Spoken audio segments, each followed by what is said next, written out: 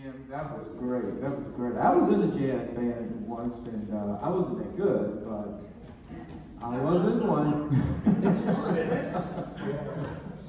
I was in one. So, possibilities. That's a really, really, really big subject because it's life-changing. And the sermon today is possibilities are waiting for you. And the truth is that possibilities are waiting for us. It really is. It's not like it just sounds good to say this, but we have unlimited possibilities. So today in preparing the sermon, I thought back to the day I graduated from high school. It was down in a small town in Alabama. We were out on the football field there and going through the graduation ceremony, and I'm sure all of us students, we were, thinking to ourselves, okay, where do I go from here, and how is my life going to look from here? And all of a sudden, there was this guy. He shouted out from the stadium. He said, "Welcome to the real world." And I remember thinking to myself, what was that about? And it stuck with me. I remember leaving the stadium, walking around with that voice in my head, "Welcome to the real world." Well, it didn't take too long to find out what he was talking about. I always had a summer job and worked at this summer job and such, but I noticed that when I was going to school, when you go into the first through 12, your parents wake you up, they make sure you get breakfast, and then when you get to school, the teachers make sure that you're doing your homework and make sure you get to the next class and the next class. So it's all kind of laid out for you. It's really fun. But I remember when I entered college, I had a morning class. I think it was an ancient history class, and it was at probably 9 o'clock in the morning. And I remember being in bed before the class and thinking, nobody's pressuring me to go to this class. I actually don't have to go to this class. But then the second thought came, well, actually I paid for this class. So not quite like high school where I could just, miss a day and don't have to worry about the expense of it. So I decided to get up and get to the class. But I noticed that as I was walking around during the day, I was in a different city at this time. And I said, wow, I don't see the smiley faces I used to see in high school. Everybody was happy and cheery, and now I'm really seeing the real world. And at that time, I wish I had known you always say to yourself, I wish I'd known the things when I was younger that I know now, and things would have been a lot more simpler. But I really got that. And in the Bible, Jesus came upon this village, and there was a young boy there. He was going through these convulsions. And the mom and the dad heard about this healer. Jesus came to the village, and again, at that time, they called it convulsions, but we know it's epilepsy. And he healed this kid. And the parents were just amazed, and everyone around was, how did you do this? And in Mark 9:23, Jesus said, if you can believe, and I underline that, if you can believe, all things are possible to him who believes. All things. And, Jesus can say some things, a couple of things. All things are possible for him who believes. Now, I don't think that was just said just so as to be written for us to one day look at it and say, well, I don't know if this is possible for me or if that's possible for me. So we have to get to why is it that we believe that certain things are not possible for us? Because that's kind of like the message behind the message. Why don't we believe? I'm sure that many of us have had dreams, have had goals and aspirations, and particularly when we were younger. that we wanted to do, but over time we kind of like pushed it aside and said, well, you know, it was good for that time. Matter of fact, scientists says that, and many researchers say that by the age of 18, we really have begun to get on a path where our possibilities for ourselves begin diminishing, seriously diminishing. Because if you go to a first grade classroom and you say to the kids, how many kids in here want to be a fireman or a fire person? All the kids raise their hand. How many people want to be an astronaut? All the kids raise their hand. How many people want to be the next president? All the kids raise their hand. But by the sixth grade, we come to find out that maybe 50% of the kids raise their hands. Then once you get in high school, maybe about 15% of the kids raise their hand. So how do we get this? How do we get to the point where we begin to walk away from our possibilities? Well, one is through communication, because we're taught that certain things aren't possible. For we adults, we know that watching the local news, we constantly hear about what's not possible and what's not good. And then we hear from our neighbors. We hear from our family members. Yeah, how many times have we had an idea that we shared with a family member or a friend, and they said, no, that sounds good, but, you know, this, you know, you have to do this, and you have to do that. But if we remember from Mark 9:23, Jesus said, all things are possible to him who believes. And so that means that anything is possible for us. And many of you may remember the movie, What to Believe. Anybody remember that movie from maybe 10, 15 years ago? And that's what that was about, possibility. Scientists call it quantum physics. You know, and this quantum physics can get really into some deep discussions about possibility. Scientists have said that we have a parallel universe, and there's universes where we're there doing that other possibility. And I know that comes off really, really different here on a Sunday morning, but scientists do say that in some other universe, and it's your choice to believe this or not to believe this, and you can Google all this. But they say somewhere there's a version of you that's doing something that you always wanted to do. So I said to myself, somewhere in the universe, I'm the conductor for the New York Symphony Orchestra, so I'm just putting that out there. But possibilities are possible. But one of the things, if you look at, when you also look at the movie What to Believe, what's behind that also is self-image. Our self-image. What is our belief about ourselves? And when we have a healthy self-image, we take on things that most people would say, no, I don't know. It takes away the doubt. It takes away those fears and stuff. So we have to go back, because as a child, we have certain learnings.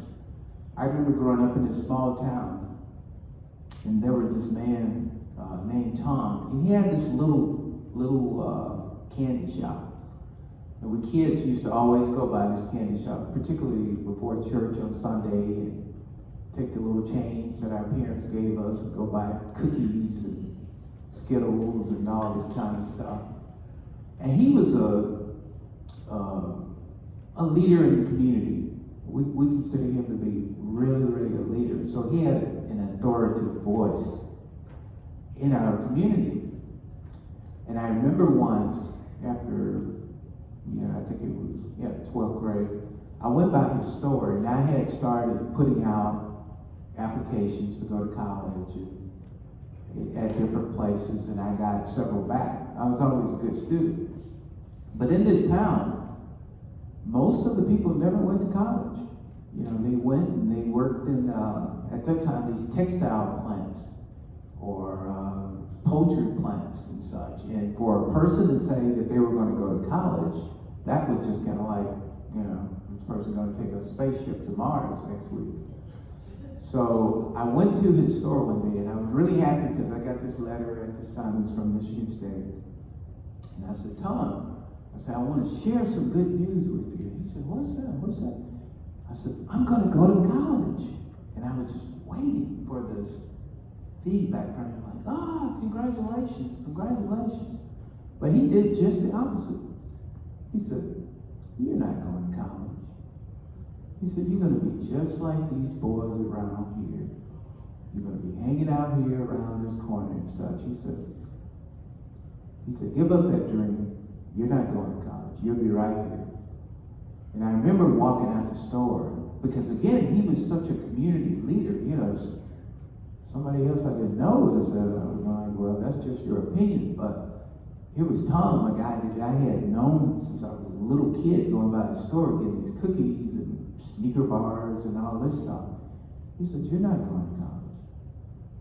But instead of turning that into a negative, I turned that into a positive. I said, well, I'm going to prove it to it.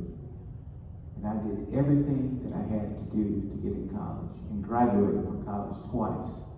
I never had the chance to meet Tom again, but I think about how many people have been told the same thing. How many of us have a Tom in our life, or a Beth or whatever, when we share to them our dreams and aspirations as a kid, that person said that's not going to happen for you. And when we take upon that, because kids consider things that adults say to be a judgment. It's kind of like a judge that's, just sentencing someone. How many of us have been told that we're not good enough? We're not capable. This isn't for you. Not you. That person can, but not you. And when we take this upon us, and if we never get this complete, then we take this out through our lives. We take it out there. And we self-limit ourselves. And I come to find out, because years later, and I'm just going to put it out there, I went to therapy. And I shared some of these things and such that I heard as a child and got complete with it. And you would not believe my life sometimes I look up and look at the things I'm doing these days, and I have to pinch myself on. What am I doing in this chair here? I work for a great university. I work with rocket scientists every day in regards to what they're up to. We're sending stuff up to NASA and working with all these different governmental departments. And I say to myself every now and then, wow, you remember those days when you used to go by that store and Tom had those barrels of cookies and you kids get that from this little small town, and look where you are now. And I say that to everyone else. Go back through your mind and think about all those goals, all those aspirations that you had. And there's this saying in the Bible, it's talking about the dry bones of the desert. Bringing life back into those bones. That's what that scripture was talking about. How many of us have a book we want to write, or a trip that we want to take somewhere, or some business that we want to start? Well, that possibility is there, and you can do it. You can do it, and believe me, from where I came from to where I am today, that was tough. Most people didn't come from that severe of a poverty in small town Alabama. So your bridge to where you're going is a lot easier than what mine was. But I challenge you to write down this week. Go back and go through your memory and write down all those things that you always wanted to do. And take action on it. Here in Unity, we've created vision boards. How many people have ever created a vision board? Well, it's the beginning of the year, and I've always suggested to individuals, to put up that vision board And you'll find out those things do come to you. They do. You know, we're so convinced about the physical principles, laws and principles, gravity and all that, but we forget sometimes that those spiritual principles are just as powerful if we acknowledge them or if we don't acknowledge them.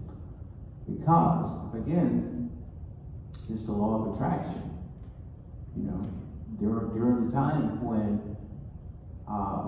a person has a self-image of themselves, if they're not capable or they're not good enough, guess what? We invite people in our lives, we invite situations that prove that.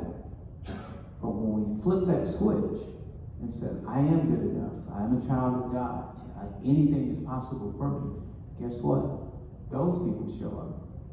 And as we say in Unity, when the student is ready, the teachers will appear, and they always appear. So again, I challenge you to go back and look at it. Nelson Mandela and Marianne Williamson also use this quote. There's always a question of who said it first. It doesn't matter who said it first. But you probably remember this. The quote is, our deepest fear is not that we are weak. Our deepest fear is that we are powerful beyond measure. It is our light, not our darkness, that most frightens us. We ask ourselves, who am I to be brilliant, gorgeous, talented, fabulous? Actually, who are you not to be? You are a child of God.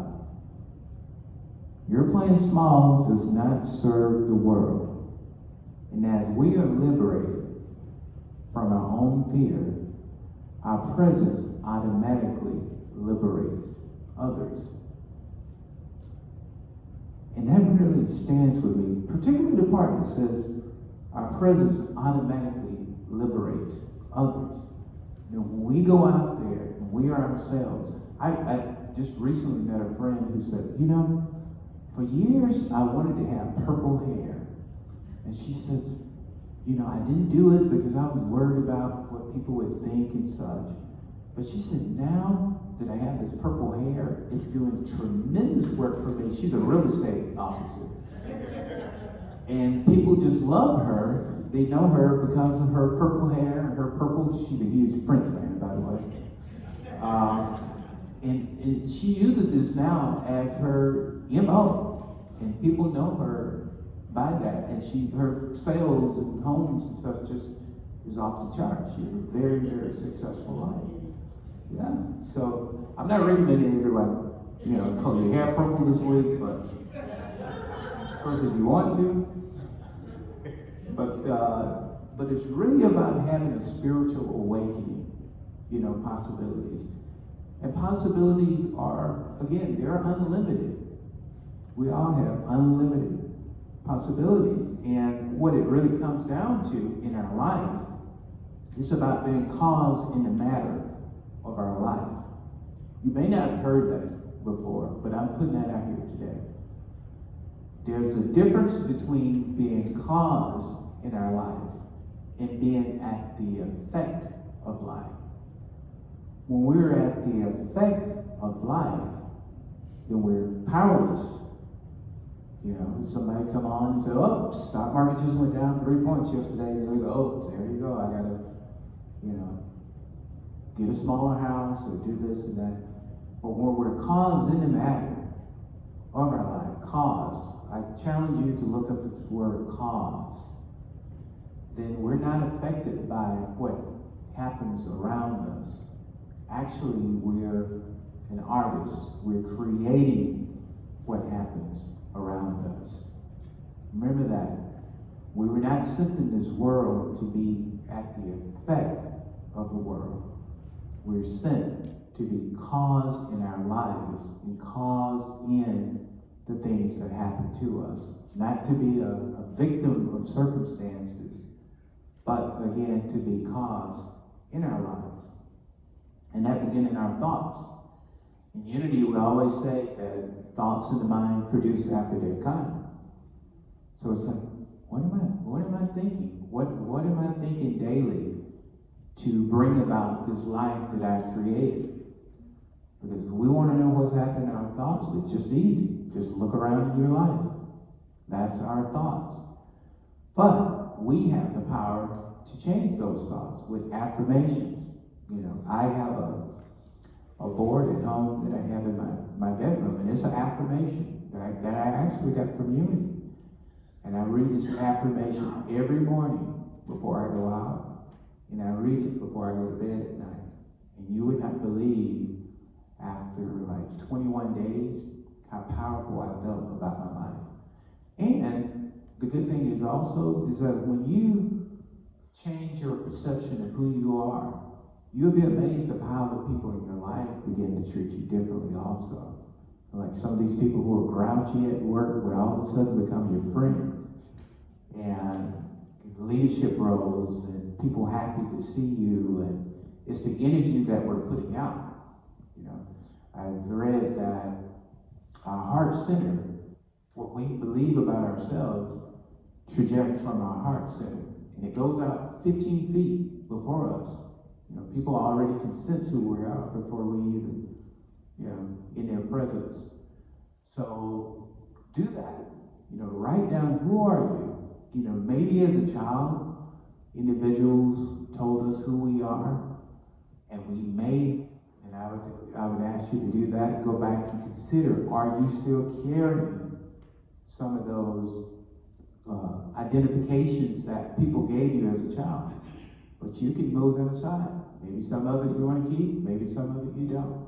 But write your own affirmation of who you are. Read that every day. Read that every night. Read that several times a day. And you'll begin to find out that you'll become that person. Because God sent us here to have a good life. Good life. No matter what the news say, because again, if you look at the news, it's going to say, this is just how it is, folks. The world is just a crazy place. But if we say to ourselves, nope, that's not, I'm going to, regardless, again, of my circumstances, because remember, we're in this world, but not of this world. We're spiritual beings having a human experience, not the other way around. But if we say to ourselves, I'm going to, here in 2020, create the life that I want. Regardless, I'm making a declaration. And a declaration is something where you don't go to others and ask if it's possible or not. It's not a true or false statement. It's saying, this is what is. It's like the samurai. Back in Japan, when the samurai said that, it's a nice day, it was a nice day. There was no question. And so that's how you are. You have to be the samurai in your life and say, I'm going to have a great year. I'm going to go out and do the things that I previously was afraid of. I'm inviting new people into my life, and I'm going to be the best version of me possible. Sounds good? Yes. All right. Well, thank you. I always enjoy speaking at Unity, and also Daryl reminds me that after the service, we have some good food over here. So if you're new to this church, you want to go over here and try some of this delicious food that they have at the service. So thank you, everyone. Have a blessed week.